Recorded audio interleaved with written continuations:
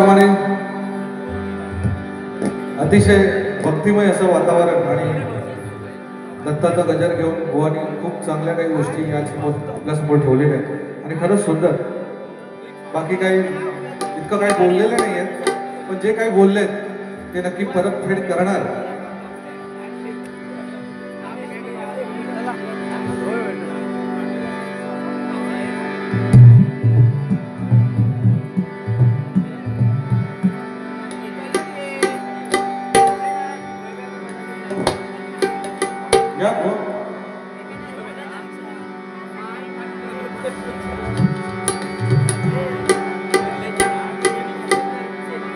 महाराष्ट्र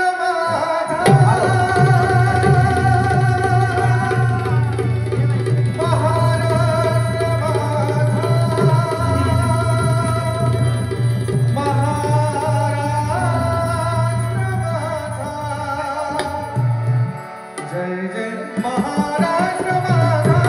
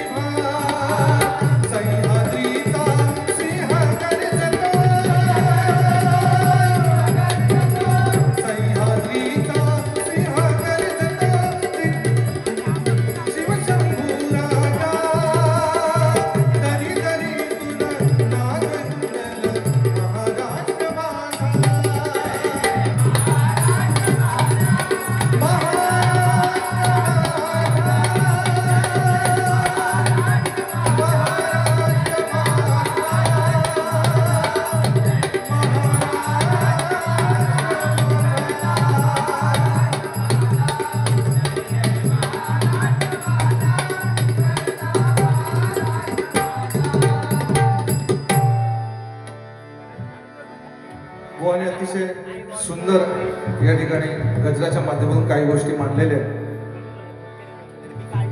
परत सुरुवातीला बुवाने तोच विषय घेतला पंचरत्नांचा.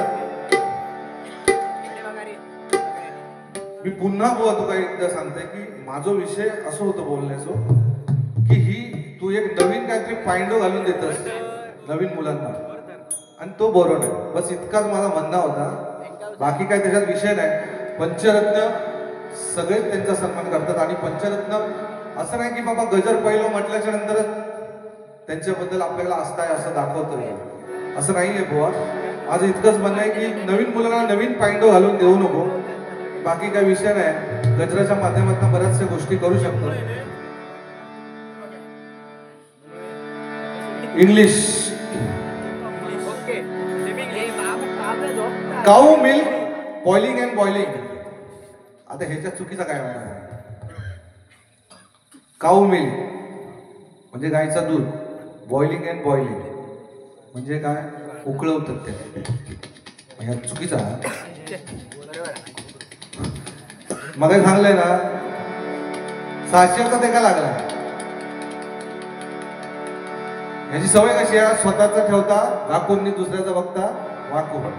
याची पण तीच सवय आहे. एकदा गेलो आम्ही गोव्यात दोघात जण गेलो फिरा आणि काय झाला तकडे सगळी अशी फॉरेनर पोरगे एकदम फॉरेनर सगळी आणि कंटाळलो होतो एकदम कंटाळलो होतो. तकडे भांडणा बिंडणं झाली ना तकडे गोव्यात एकटोच जाता काहीतरी आणि एकटोच गेलो आणि तकडे मस्तपैकी त्या वाळूत ना रेती तसं मस्तपैकी झोपलो होतो. आहा हा बीचवर काय एकदम शांतपणे आराम करतो आणि तितक्या ते फॉरेनर पोरग्या तिकडे येईल आणि ती म्हणता हे धाय. त्या फॉरेनर पोरग्या म्हणता हे आर यू रिलॅक्सिंग. म्हणता ना I am Durvasa Guru from वाडा. ती परत विचारतात ती काय कळलं नाही. हे आर यू रिलॅक्सिंग? तर म्हणता नाही, I am Durvas Gurav, my very big big fan, लाखो फॅन. ती परत विचारता आर यू रिलॅक्सिंग? अरे तुला सांगलंय ना माझा नाव दुर्वास गुरव.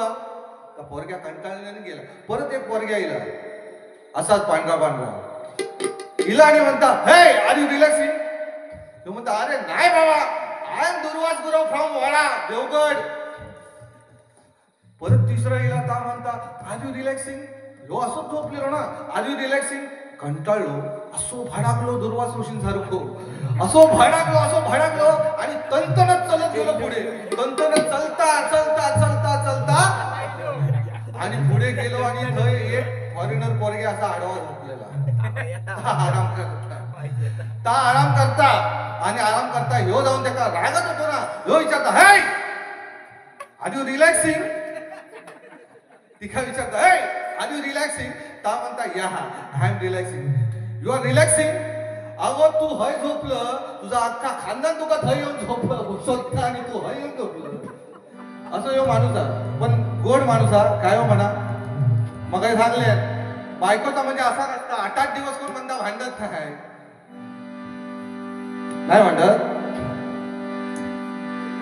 पण खरं असतं, कारण सांगल्यान काय गोष्टी चांगल्या मी पण सांगले बघा. भांडण झालं ना की बायको सगळ्या गोष्टी टायमात करतं, म्हणजे सगळे बरोबर करता येईल. बायको काय नको असतं औषध.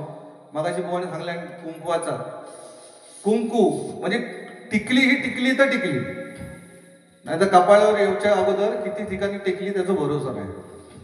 पण आता कुंकुवापेक्षा बुवा कुंकू आता लावतात, पण आजकालच्या स्त्रीची ती गरज आहे, टिकली गरज आहे. का? कारण आता मुंबईत काम करणारी एखादी जर बाई असतात ना, ती जर भांडूपासून विटीक कामाक जावचा तर ती जर कुंकू कपाळावर लावून गेली तर चालत काय? तेवढ्या लोकल मधून गर्दी नाही ना. आता तोंड लहान होऊन जाईल तिचा, त्यामुळे कुंकू ही गरजेची, टिकली ही गरजेची गोष्ट आजकालच्या या काळामध्ये. लक्षात घे, समजलं ना. पण खरोखर बुवानी सुद्धा सांगितलं, कारण पूर्वीच्या काळी काय आपले सण होते. आता मार्गशीर्ष चालू होत नाही का पूर्वी. आता वटपौर्णिमा वगैरे आपली ना की सगळे बायका, मुंबईत सुद्धा सगळे बायका सुट्टी बिट्टी गावायची. आता नाही तेवढा, आता कोणा सुट्टी बिट्टी नाही, अपडेनी येतात बिचारी घराकडे.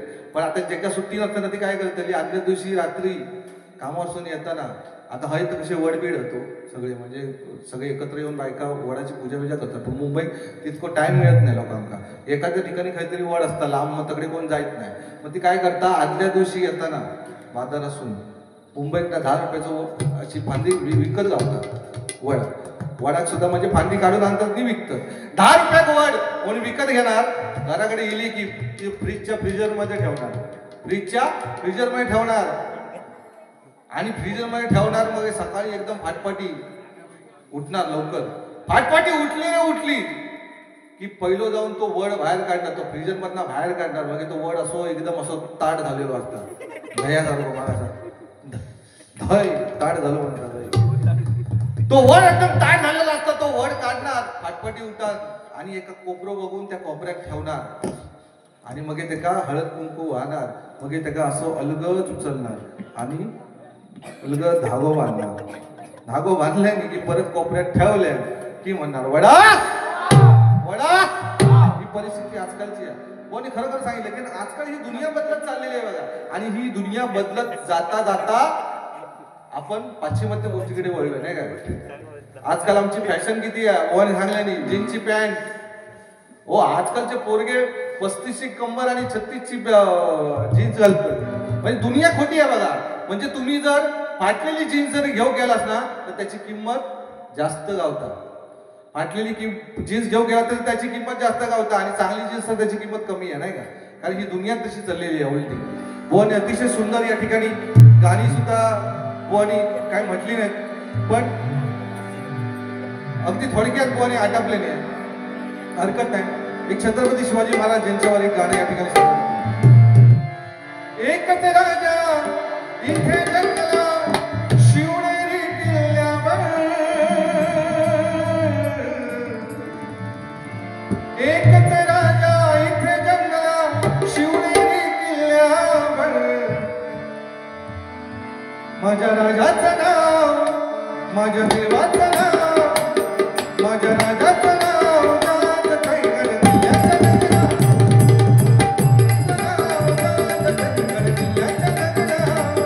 माझ्या राजाचं नाव गात कैगड किल्ल्याच्या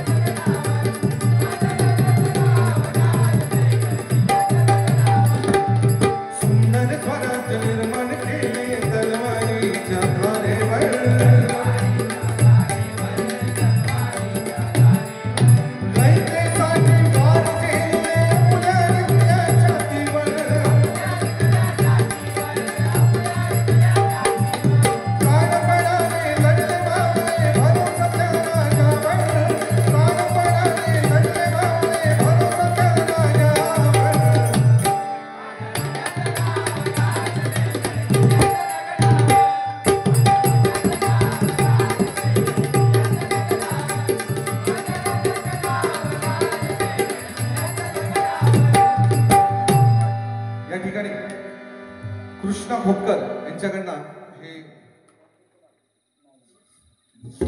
लक्ष्मी हार या ठिकाणी आलेला आहे आणि त्यांची फरमाईश आहे लावण्याचा गाभा हा अभंग म्हणा.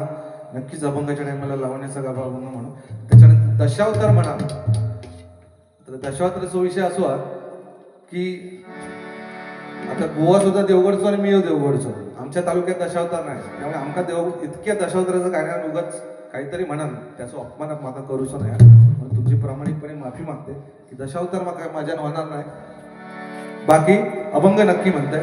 धन्यवाद.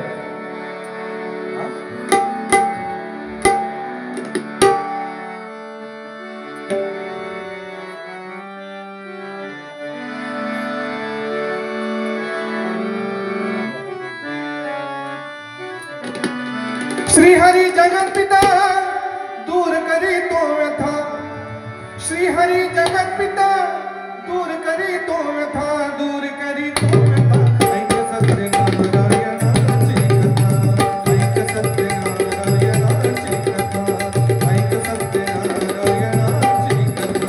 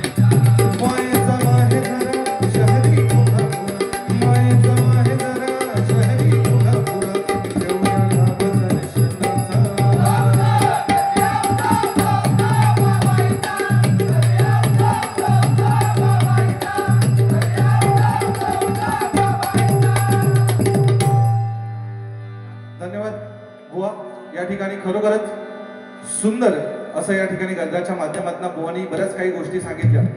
खरोखर बुवानी सांगितलं की छत्रपती शिवाजी महाराज आणि छत्रपती शिवाजी महाराजांनी खरोखर मगाशी मी सुद्धा सांगितलं की आज महाराज जर नसते तर आपण काहीतरी या ठिकाणी वेगळं काहीतरी करताना दिसलं असतो. त्याने बुवांनी सुंदर गजर लाडक्या बहिणीच्या गजरासाठी एकदा बुवांसाठी पुन्हा एकदा जोरदार टाळ्या. आणि मगाशी पण मी सांगितलं की खरंच तो गजर आज यावर्षी इतका सुंदर चालला की त्या गजरामध्ये इतके सुंदर असे विषय बुवांनी मांडलेले आहेत. आणि मी सुद्धा एक गजर केला होता आमच्या विशालने म्हटलेला, तो सुद्धा खूप बरं चाललो. आणि खरोखर लाडक्या बहिणीची योजना देण्यापेक्षा आपण लाडक्या बहिणीची संरक्षण तिचं फार महत्वाचं आहे. आजकाल आपण बघतोय की नारीचा सन्मान होतोय की नाही होतोय. आजकालच्या या युगामध्ये हल्लीच घडलेली घटना बदलापूरमध्ये आमच्या अगदी 4-4 वर्षाच्या मुलीवर बलात्कार अत्याचार होतोय नाही का. तर हे कुठेतरी थांबलं गेलं पाहिजे. म्हणून प्रत्येकाने नारीचा सन्मान या ठिकाणी केला पाहिजे. नाहीतर कारण आज आपल्या भागामध्ये किंवा नारीवर जे काही अन्याय होतोय ते कुठेतरी थांबलं पाहिजे. कारण स्त्री ज्याला आई म्हणून म्हणतात, स्त्री ज्याला तो जिजाऊचा शिवबा झाला, श्री ज्याला आई म्हणून कळली तो जिजाऊचा शिवबा झाला, स्त्री ज्याला बहीण म्हणून कळली तो मुक्ताईचा ज्ञानेश्वर झाला, स्त्री ज्याला प्रियसी म्हणून कळली तो राधेचा श्याम झाला, आणि स्त्री ज्याला बायको म्हणून कळली तो सीतेचा राम झाला, तो सीतेचा राम झाला, तो सीतेचा राम झाला. कारण बघा रावणाने सीतेचं अपहरण केलं, रावणाने सीतेचं अपहरण केलं, पण आपली मर्यादा त्याने सोडली नाही का. पण असे रावण बरेचसे आपल्या नगरामध्ये किंवा आपापल्या विभागामध्ये कुठे ना कुठे बसलेले असतात. त्यांना कुठेतरी रोग घातला गेला पाहिजे. आणि म्हणून बुवांचा हा गजर खरोखरच सुंदर होता.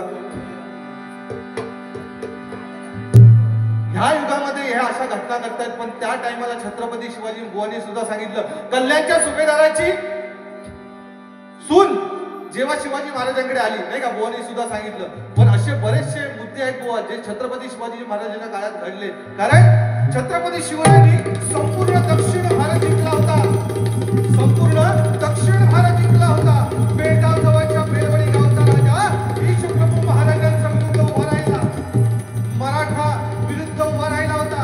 आणि मराठ्यांविरुद्ध लढून त्यानं आपला जीव फुकट गमावला. तेव्हा त्याची पत्नी मलम्मा नावाची त्याची पत्नी ही उभी राहिली होती मराठ्यांसमोर.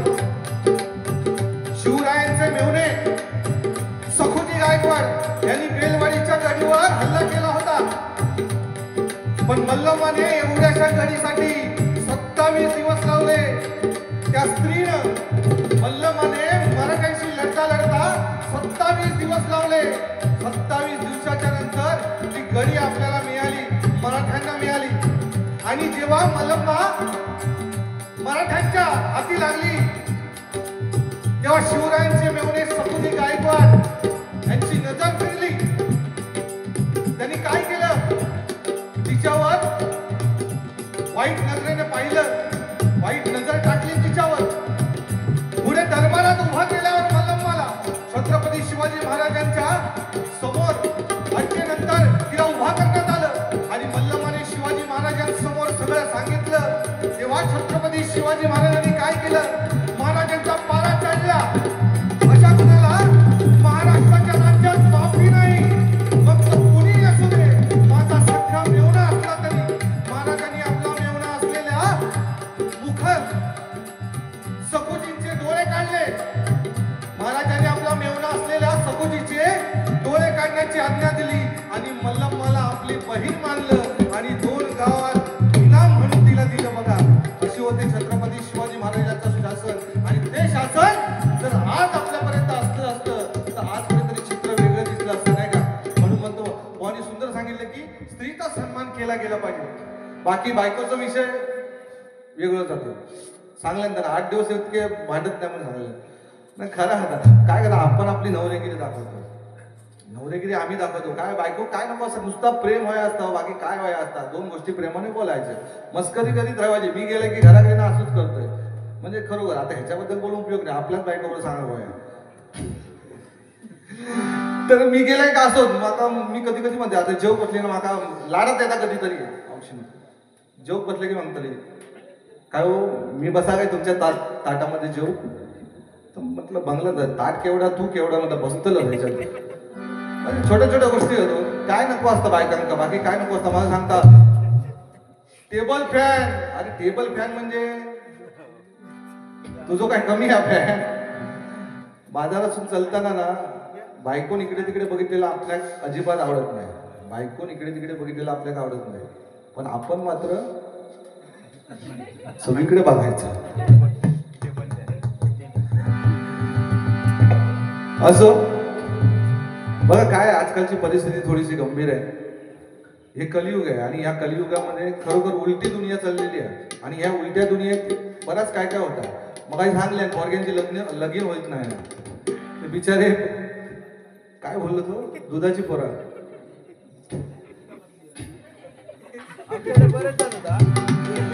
बरं तुमच्याकडेच नाही आमच्या तो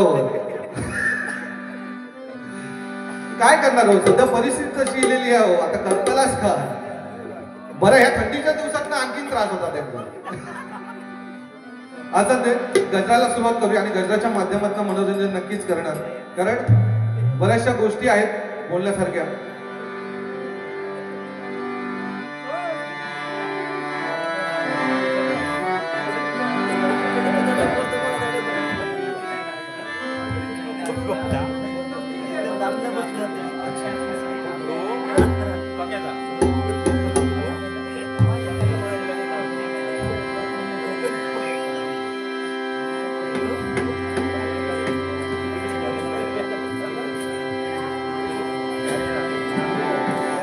बघा काय आहे गजर आजचा जो दिवस आहे दत्त जयंतीचा आणि खरोखर भुवानी सुद्धा सुंदर गजर घेतला दत्ताबद्दलच बोलले आणि खरंच तेच बोलायला पाहिजे पण थोडंसं बोलायला पाहिजे म्हणून खरोखर तुम्हाला सांगतो की कलियुग आहे आणि कलियुगामध्ये आता भुवानी सांगितलं आजकालचे मुलगे आता बघा हे व्यसनाचं हे आमचं भजन म्हणजे हे आमचं व्यसन आहे पण आजकालचे हे लहान लहान पोरं सुद्धा व्यसन करतात बुवा म्हणजे हे सिगरेट बिगरेट हे नको त्या गोष्टी हो त्या दिवशी पूर्व काय मिळतात रे विमल लय भारी चालला आता हल्ली म्हणजे ते काय दोन पुडी असतं एखादी टाकायची बुतूर मिक्स करायची मग खुळखुळ खुळखुळ खुळखुळ खुळखुळ काय कानाकडे आवाज करतात आणि मग ते हळूहळू चालू असतात त्याला एवढंच पोरग होतो 14 वर्षाचं त्या दिवशी होय होय होय आणि काय माहिती त्या दिवशी तो पोरग हातात घेतल्या आणि त्याचं चालू होता म्हटलं काय रे तो काय म्हटलं लाज वाटतं बापाशी म्हटलं तुझ्या कळला ना तर म्हटलं तुका कानपवी तर माका म्हणतात छा म्हणतात मी म्हणता काय घाबरत नाही कोणाकडून चांगल्या म्हटलं होय आणि इतक्यात त्याचं बापूस तकडनं इलो आणि बापसाप बघल्याबरोबर दडवल्याबरोबर मी त्याला म्हटलं बापूस इलो हात दाखवल्याने मागं गेलो तो म्हटलं काय रे माका सांगला बापाची घाबरत नाही आणि बापूस इल्याबरोबर दडवून ठेवलं पुढे तो म्हणता काका तुका काय सांगणार बापाशी घाबरलंय म्हणून दडवलं नाही त्यानं जर बघल्या नसताना ह्याच्यातली अर्धी म्हणतात ते कधी उभे होते ही परिस्थिती असत त्याची अरे व्यसन म्हणजे झाला काय सध्या तुमका माहित नाही 3 मित्र असतात 3 एक असता दारू पिणार दुसरं असता सिगरेट पिणार आणि तिसरं असता दारू पिणार आता हे 3 मित्र असतात ना ते इतका व्यसन दारू पिणार 24 तास फुल टाईट 24 तास म्हणजे सकाळी उठल्या होईच आणि मग रात्री झोपेतच तो नशेतच झोपतो लोक दुसरं सिगरेट पिणार चेन स्मोकर एक टाकली की दुसरी तिसरं होतो गुटखो खाणार तोंडात तो गुटखो खाऊनच झोपायचं पण हा ना असतात असे नमुने कोण ना कोण आपलं पण खरी मी चांगलं सांगते ऐका हा नाही त्या तिघांसाठीच सांगतोय तिघं होत त्यांच्यासाठी सांगतोय ऐका काय परिस्थिती होता ती बघा खरी परिस्थिती सांगतोय मस्करी नाही करणार खरी परिस्थिती ऐका तिघांची सुद्धा वर जाऊची वेळ येतात आणि यमराज खाली येतात म्हणतात तुमच्या तिघांचे दिवस भरले म्हणाले तुमचे दिवस भरले लय मजा केलात तुम्ही पण ते तिघं तर इतके हे होते म्हणाले आमका अजून मजा करूची आमका अजून 1 महिना तरी दे यमन परीक्षा घेऊची ठरवल्या यम म्हणता ठीक आहे चल चांगलं होतो यम कारण कल्पनेतलो ना तो चांगलं होतं. त्यांना काय केलं, तिघांका 3 खोली एक टाकल्या. दारू पिणारे 1 महिना पुरा तेवढी दारू दिल्या, सिगरेट पिणारे 1 महिना पुरा तेवढी सिगरेट दिल्या, दारू गुटखो खाणाऱ्या 1 महिना पुरा तेवढं गुटखो दिल्या. आणि म्हणालो 1 महिना म्हणता मजा करा. तिघांका 3 लॉक केल्या. मी गेलो. एका महिन्यानंतर जेव्हा यमराज खाली गेलो ना, मंडळी तुम्हाला सांगतोय काय परिस्थिती बघा. पहिलो गेलो तो गुटखो खाणारा सुद्धा दरवाजा उघडला. गुटखो खाणारा सुद्धा दरवाजा उघडला आणि दरवाजा उघडल्या त्या ठिकाणी फक्त त्याचा सापळा पडलेला होता. काय सापळा, अंगावर एक मास्क नाही होतो. आणि ही घाण त्याचा उलटी येऊची पाळी यमाच्या. बाहेर येलो, गुटखो खाणारो मेलो, जाग्यावर खालास. काय परिस्थिती बघा. खाऊचो आता खावा. आणि पुढच्या दरवाजात गेलो, दारू पिणारो दरवाजा उघडल्या इतका थंय दरवाजा उमऱ्यावर त्याका उलटी गेली. हो त्याचो लिव्हर बिवर फुटान, त्याचो पुरो सत्यानाश झालो. जमा खरोखर उलटी येऊची पाळी. बाहेर गेलो, दरवाजा बंद केला, पुढे गेलो, सिगरेट पिणारो तो दरवाजा उघडला. आणि बघता तर काय, सिगरेट पिणारो अगदी असो राजासारखं बसलो होतो हो खुर्ची. आता ह्याच्यात सिगरेट पिणारो खूप झालो असतो तो वाचलो. पण खरोखर तुमका सांगते, सिगरेट पिणारो अगदी राजासारखं बसलो होतो. आणि सिगरेट पिणारो राजासारखं बसलो होतो. यम म्हणता, अरे तुझे दोनवले मित्र मेले, तू कसो काय जिवंत. तो म्हणता, यमा ये तुझीच म्हणता वाट बघतोय. अरे 1 महिना पुरा तेवढी सिगरेट दिलीस, पण माचीस कोण तुझं बापूच देतो. अशी परिस्थिती आहे मला. म्हणून तुमका सांगतोय की व्यसन हे कसलं असलं पाहिजे हे आपल्यावर आहे, नाही का. भजनाचे व्यसन असलं पाहिजे. बुवानी सांगितलं मागाशी. म्हणून म्हणतो बघा, गजराला सुरुवात करूया. बुवानी अतिशय सुंदर छत्रपती शिवाजी महाराजांबद्दल सांगितलं. व बरोबर आहे, छत्रपती शिवाजी महाराज यांनी कसं जगावं हे आपल्याला शिकवलं, नाही का. छत्रपती शिवाजी महाराजांनी कसं जगावं हे शिकवलं. पण छत्रपती संभाजी महाराजांनी कसं मरावं हे शिकवलं बघा. त्या राजाने काय काय सोसलं होतं आमच्यासाठी. राजाने काय काय सोसलं होतं आमच्यासाठी. काय झालं होतं, एकदा असं झालं 1689 साली संभाजी राजांचा मेवणा गणोजी शिर्के यांच्या सह्याने औरंगजेबाच्या सरदार मुकरम खान यांनी संगमेश्वरावर हल्ला केला. संभाजी राजा जेलबंद झाले. सोबत कवी कलश मुकरम खानानं अवघ्या 4.5 दिवसात बहादूरगड गाठलं. एक हात धावत आला, एक भेद धावत आला औरंगजेबाकडे आणि म्हणाला, महाराज हुजूर बड़ी खुशी की बात लाया हूं, बहुत खुशी की बात. औरंगजेब म्हणतो, काय झालं काय. संभा पकड़ा गया महाराज, संभा पकड़ा गया हुजूर, संभा पकड़ा गया. औरंगजेब विचारतोय, अरे पिके तो नहीं आए हो. तेव्हा तो म्हणतोय, तो हेर म्हणतोय कि संभा पकड़ा गया. औरंगजेब खुश होतो. अल्लाह ताला की मेहरबानी, अल्लाह ताला की मेहरबानी, लेके आओ मुझे मेरे सामने. अल्लाह ताला की मेहरबानी, बहुत दिन से इस दिन का मैं रहा कर रहा था. बहुत दिन से इस दिन का मैं इंतजार कर रहा था. म्हणाला, संभाला घेऊन या दरबारात. आतापर्यंत त्याने राजेशाही वस्त्र घातली असती. आतापर्यंत त्याने विदूषकी राजेशाही वस्त्र घातली असतील. आता त्याला विदूषकी छबली घाला. आतापर्यंत त्याने मराठीशाही मुकुट घातला असेल. आता त्याला विदूषकी टोपी घाला. आतापर्यंत राज्य अलंकार घातले असतील.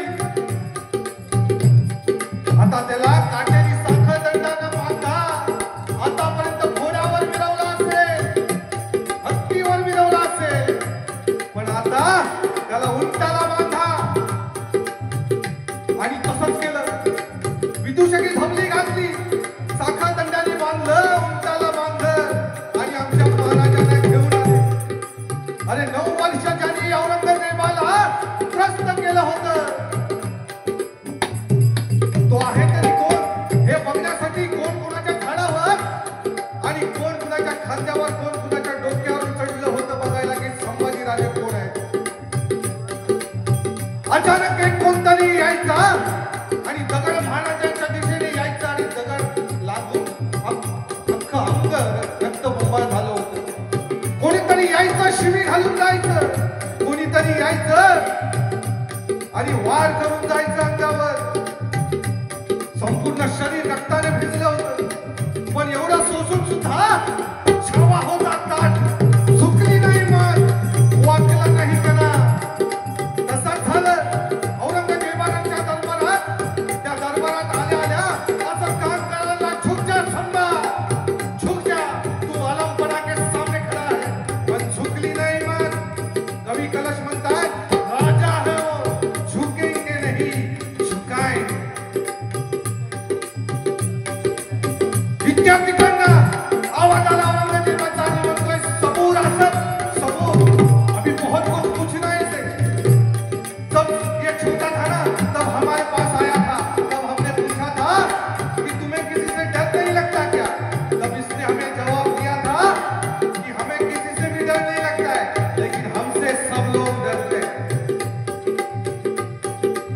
सच कहा था इस आपने, सच कहा था इसने, लेकिन अल्लाह ताला की मेहरबानी ये अब हमारे पास है, हमारे पास है. अब हम नहीं छोड़ेंगे.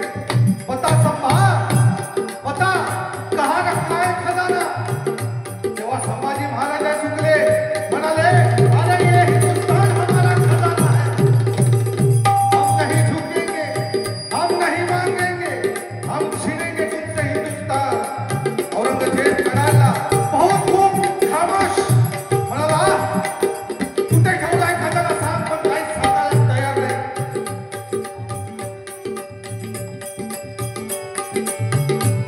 अरे रक्तासाठी रक्तावर उलटणारी जात नाही आमची, झुकणार नाही म्हणाला आम्ही. संभाजीराजे म्हणाले, आम्ही झुकणार नाही. अखेर औरंगजेब संतापला, लेके जाओ इसे मेरे नजरों के सामने से, इसकी आंखें निकाल दो, इसकी जुबान निकाल दो. आणि संभाजीला औरंगजेबाच्या दरबारातून नेण्यात दिलं. औरंगजेबाने दिलेल्या सजेची अंमलबजावणी सुरुवात करण्यात आली आणि संभाजी राजांना वाचलं गेलं. 2 सळ्या, अगदी लाल बुंद सळ्या त्या डोळ्याच्या समोर येत होत्या आणि त्या डोळ्यात दिसत होतं आबासाहेबांचे चित्र, डोळ्यासमोर दिसत होतं, स्वराज्य डोळ्यासमोर येत होतं. आऊसाहेबांची ती हाक ऐकायला येत होती, मावळ्यांची ती गर्जन ऐकायला येत होती, महाराष्ट्राची ती हाक ऐकायला येत होती. डोळे पटकन बंद केले होते, सगळं काही डोळ्यासमोर दिसत होतं, पण त्या लाल बुंद सळ्या पटकन डोळ्यासमोर आल्या आणि डोळे उघडले, सारखे आतमध्ये गेले आणि बाहेर आले.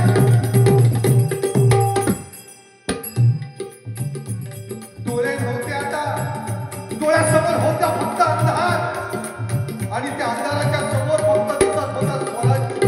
मराठी माणसासाठी तडफडून. अरे झुकला असता तर जगला असता, पण नाही, नव्हता झुकायचं. दुसरी शिक्षा होती, जीभ कापून टाकायची. तिथंच उभं केलं होतं. डोळे नव्हते, आता जीभ होती कापायची. तिकडनं 2 जण आले आणि जीभ कापण्यासाठी. महाराज काही तोंड उघडायला तयार नव्हते, मग दोघांनी 2 बाजूला धरलं, कानाला दाबलं, पण तोंड उघडायला तयार नव्हते. म्हणून काय केलं, दोघांनी 2 बाजूला दाबलं आणि नाकाचा श्वास बंद केला. जीभ बाहेर आली आणि साहित्य कापली. जिभेचा तुकडा समोर जमिनीवर पडला होता. याच मुखानं आऊसाहेबांना हात मारले, याच मुखानं या महाराष्ट्रातल्या शिवाला हात मारली होती, याच मुखानं मावळ्यांसोबत बोलणं चांगलं केलं होतं. झुकला असता, रंगेल असता तर झुकला असता आणि झुकला असता तर जगला असता, पण नाही. कोणासाठी? तुमच्या आणि आमच्यासाठी, या मराठी माणसासाठी. आपलं आयुष्य गमावलं त्या माणसाने, तो माणूस झुकला नाही. 40 दिवस त्याने सगळं सहन केलं बघा. कोणी केलं? आपल्या महाराजांनी. 40 दिवस कुणीतरी यायचं, बोट कापून न्यायचं, कुणीतरी यायचं, मांस कापून न्यायचं आणि कुत्र्याला खायला घालायचं. आणि अखेर 11 मार्च 1689 संभाजीचं मस्तक काढलं गेलं आणि गुढीपाडव्याच्या दिवशी संभाजीच्या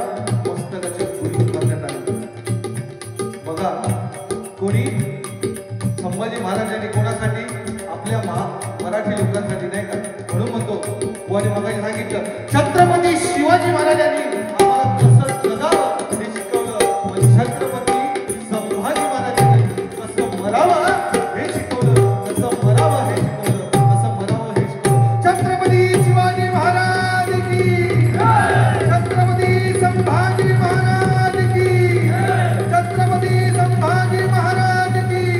जय भवानी, जय भवानी, जय भवानी. धन्यवाद. या ठिकाणी गजराला सुरुवात करतो पटकन.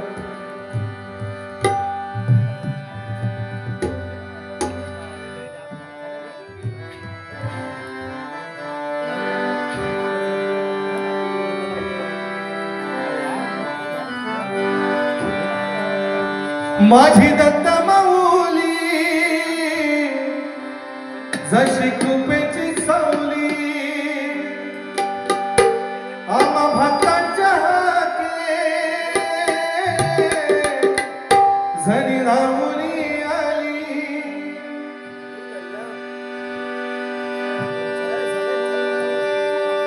हाकेला धावली आम्हा भक्तांच्या हाके, हाकेला धावली हाके जरी धावली. घेऊया दर्शन, घेऊया दर्शन, होऊया पावन बंधूया चरणाला. घेऊया दर्शन, होऊया पावन बंधूया चरणाला. घेऊया दर्शन, होऊया पावन बंधूया चरणाला. माझी दत्त माऊली जशी कृपेची सावली, माझी दत्त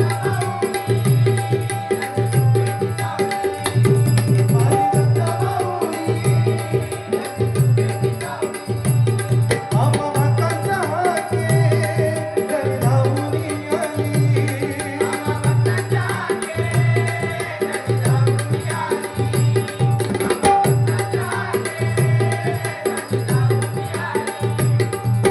धावून आली भक्तांच्या हाके दत्त माऊली. धावून आली भक्तांच्या हाके दत्त माऊली. घेऊया दर्शन,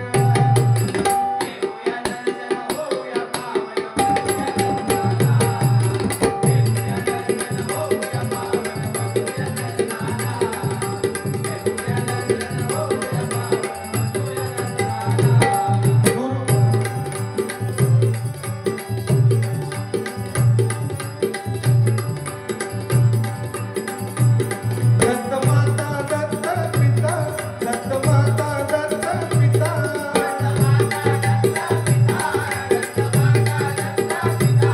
दत्त माता दत्त पिता, दत्त माता दत्त पिता.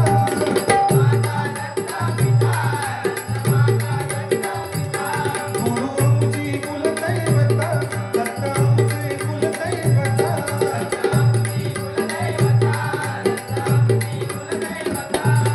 श्वास ही जपती आता अखंड गुरुची गाथा. श्वास ही जपती आता अखंड दत्ताची गाथा.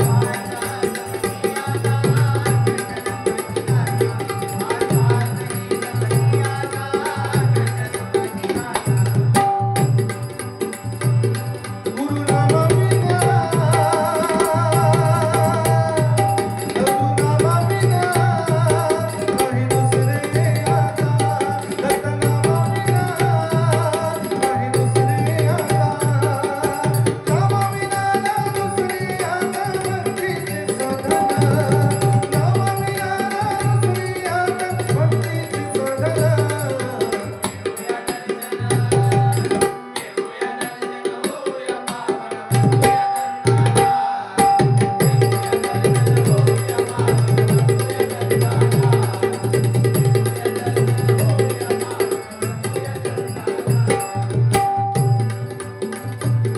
ज्यामुखी दत्ताचे नाम, ज्यामुखी दत्ताचे नाम.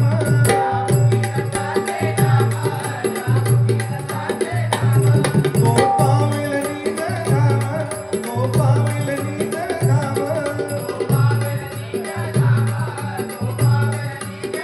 हा बघा, दत्ताचा अवतार बुवाने सांगितलं मगाशी. दत्ताचा अवतार हा अतिशय वेगळा अवतार आहे. इतर अवतार झाले, त्यांनी त्यांचं काम केलं, पण दत्त अवतार असा आहे की तो सातत्याने अस्तित्वात आहे, नाही का? प्रत्येक देवाने अवतार घेतले,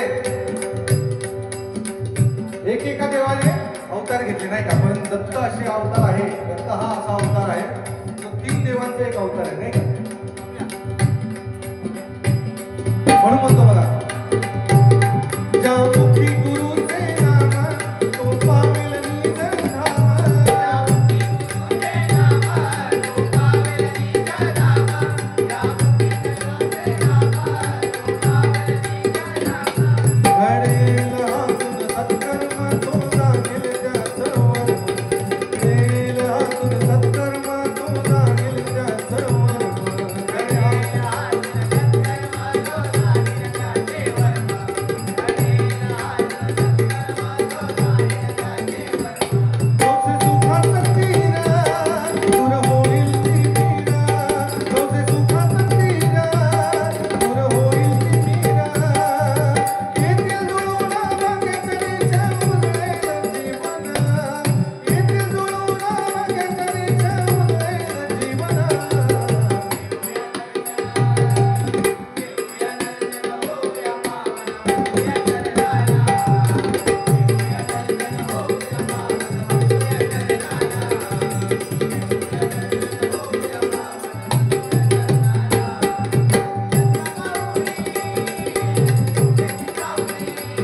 भक्तांच्या हाके जणी धावून आली, दत्तमाऊली कृपेची सावली आके जणी धावली, दत्तमाऊली कृपेची सावली आके जणी धावली,